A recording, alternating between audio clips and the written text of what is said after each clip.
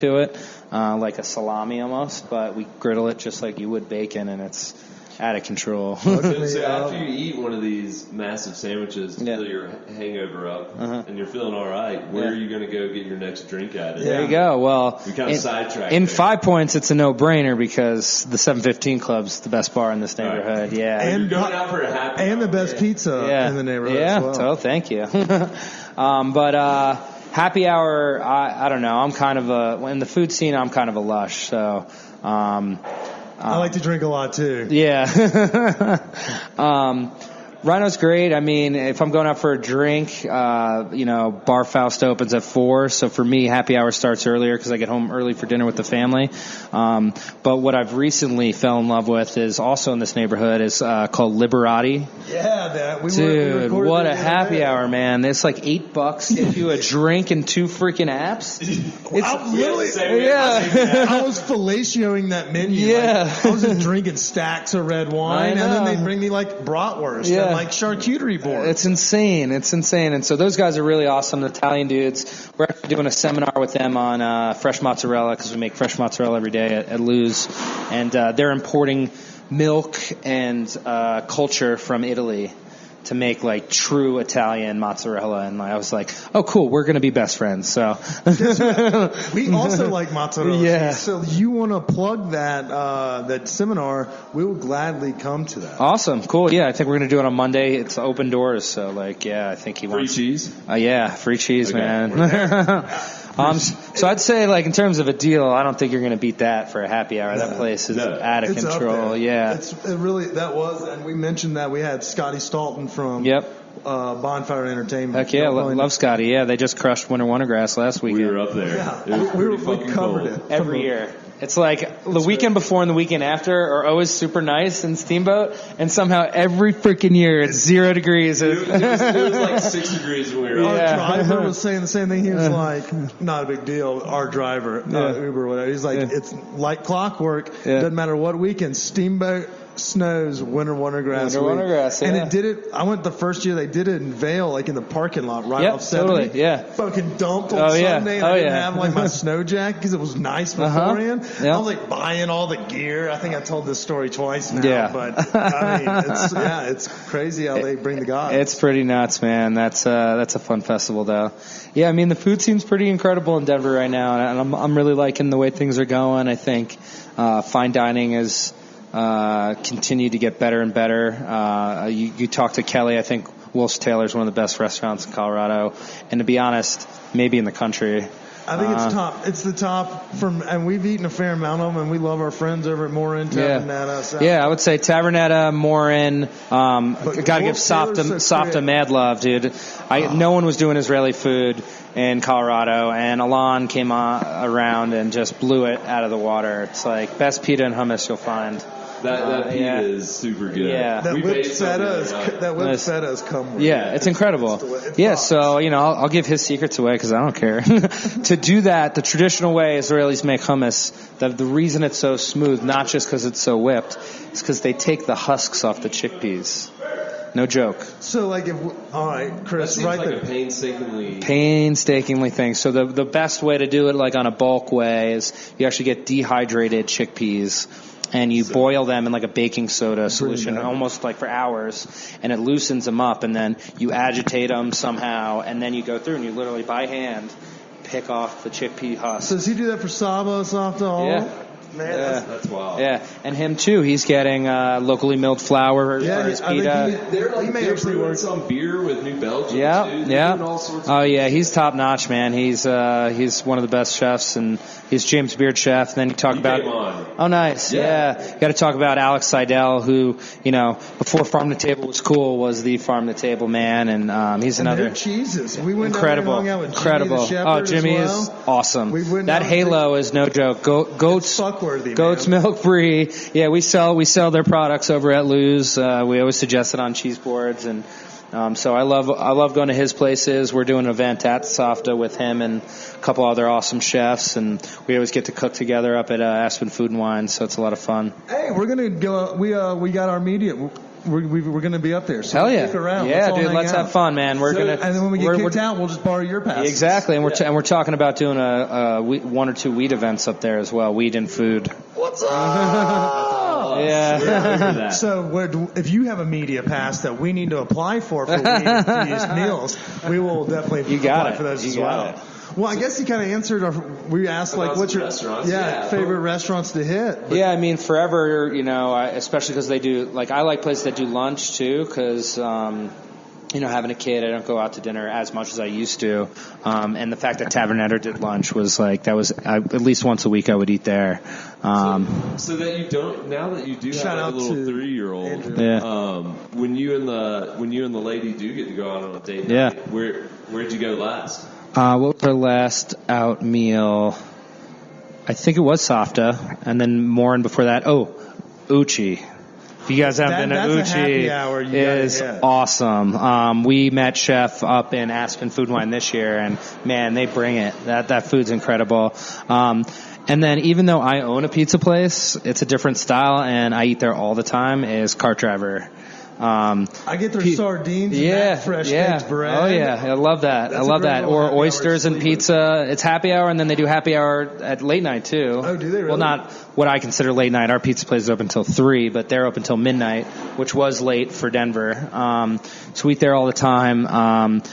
We actually haven't been since they moved, but they're really close friends of mine, so I'll plug them. And that's our next date night is we're going to the Wayback. Yeah. Yeah, so Juice. Jared's been on the pod as nice. well. Yeah, Juice is a good buddy of mine. And Team Tribe. One of my lead chefs, Dylan, left us to go work for him and his chef, and he's a sous chef over there now. So we're big fans of what they do. They have that pancake that has all the gradu on top, and I don't know the sign. I'm not the foodie here, Chris is, but that fucking thing was delicious. Heck They had the bonito flakes or whatever. Oh yeah. They kind of move after you activate them. Dude, that shit fucks as well. They absolutely crush. Seems like we're all in the same. It's a fun group, but so it seems I feel like it's a fun team. Yeah, we seem to we're circling the Denver area. Everybody's saying everybody we're having on, so we're reaching people. Yeah, and the Boulder scene's really starting to pick up too.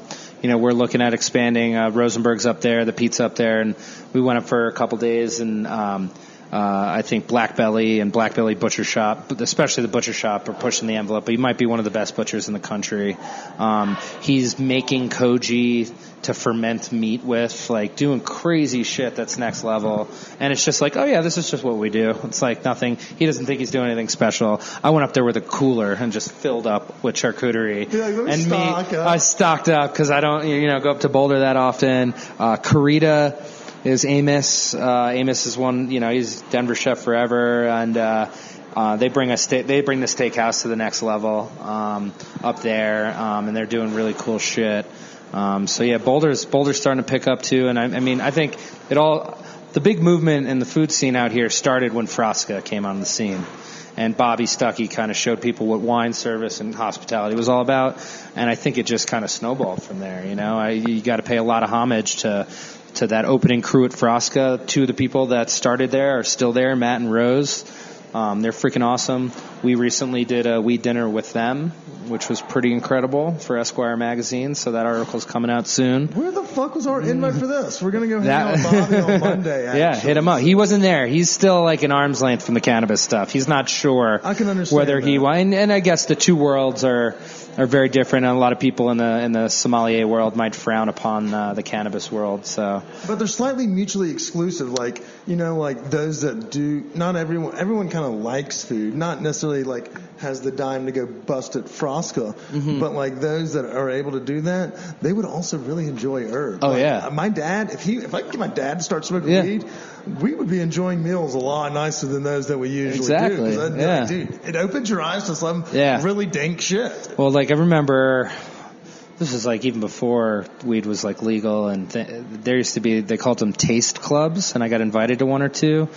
And you'd get high, and sometimes it was putting a blindfold on and tasting something and describing it. What are the first words that come to your mouth? And then there were weird shit they would do. It was they this herb you could eat that made sweet things taste sour and sour things taste sweet. Oh, it's like acid. Yeah.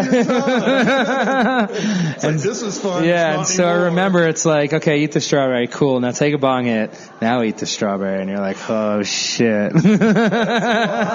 I could taste the sun on the strawberry, man. And when you were saying like, how would you describe it in so many words? It tastes like the sun on a strawberry. Yeah. That's how I would probably describe it. Because I'm not like, the tarragon really pops here. Yeah. But I am like, you know what? Yeah. This tastes like dankness. Well, so like there's other cultures of food too. Like I really love. When we were in Vegas, went out to a Chinese place and it was a Szechuan chef, and like with Szechuan cooking, spice is used as it's almost like a drug because the peppercorn numbs your mouth, so you're not getting that, first alert from your brain that stop eating or like watch out, this is spicy. You're just eating it, and then you start to sweat, and like your body feels like weird, and so.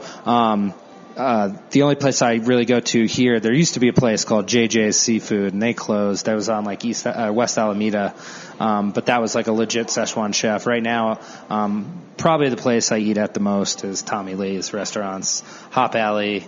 And dude, that soft shell crab over there, like with insane. So the eggplant, both the eggplant and two other dishes have that Szechuan peppercorn on it. Szechuan chicken, the chicken, that big ass spicy bowl. as fuck. But then when the peppers hit you, it's like numbing, You kind of get a little euphoric feeling. Yeah, exactly. It's like ebbs and flows of spice. It's like it goes and it comes like, oh, that was a spicy one. You're like, oh, I'm gonna go back to this salty. You guys talked about crab. the southern stuff. I mean, where in the South are you guys from? Mississippi for me. Okay. Alabama. So I had my first food trip to Tennessee, and I was blown away by the meat and threes. Nashville. We were in Chattanooga, and then we were in what's the town? My dad for his 70th birthday wanted to go to Deli World. Oh yeah, Opryland. Yeah. So we went there, but we did all the hot chicken tours. Prince's, we went to Prince's. Gus's was closed. We went to Prince's and Hattie B's. Nice. And man, you want to talk about spice? Hattie B's is fire. It's insane. Yeah. So Gus's is better. I did the online order because the line was insane, and I ordered a 4 out of 5 or whatever in the heat scale. Not just my first day there. How'd that work out? I was pacing, I was sweating, I was crying, I was chugging milk, and my wife's like, why are you still eating it? I'm like, because it's so fucking good. And I'm like, you get that, you get high, man. You get high from that spice. It's nuts. You definitely don't want to rub your eyes after that. No. It's kind of like putting that habanero sauce you get at like taco stands. You're like, I know I just need a dollop. Yeah. And you're like, squirt. Whoops. Like, here we go. It's going to hurt coming out. Yeah. It's going to hurt going down, but here we go. But yeah, spice can be interesting like that. Yeah, we did. All right, guys, as I mentioned earlier in the episode, because of Kip's failures of being a producer and an editor, we have screwed up the second part of this interview. We will get back together with Josh. We are going to go visit him over at Lou's Delicatessen, his new deli shop down in the Five Points area. We're going to recreate the conversation where we talked about Phish and Grateful Dead. We'll also talk about the neighborhood, everything from Tom's all the way down to what he maybe has plans in the future as well. We want to apologize. We have found a way to correct this. We've brought on someone, shout out to Zane, who will be doing our producing and our editing going forward. But at the same time, we want to apologize for obviously our second mishap in as many months by losing second half of our episodes. But please hold strong, stay with us. We will get all of this corrected. And then again, we want to give a shout out to our sponsors. Thank you so much to the Fillmore Denver and Live Nation Colorado for everything they do for us, for letting us put on these shows, as well as for letting us get to know all these folks. Josh and all the folks over at Rosenberg's, we appreciate your hospitality. Again, I am so fucking sorry about all of this. This is just a rook move by me, but as everyone knows, this probably comes with the ebbs and flows of being an amateur podcaster, so we'll get it fixed. But until next week, we look forward to listening or having you listen, and cheers. Talk to y'all later. Bye.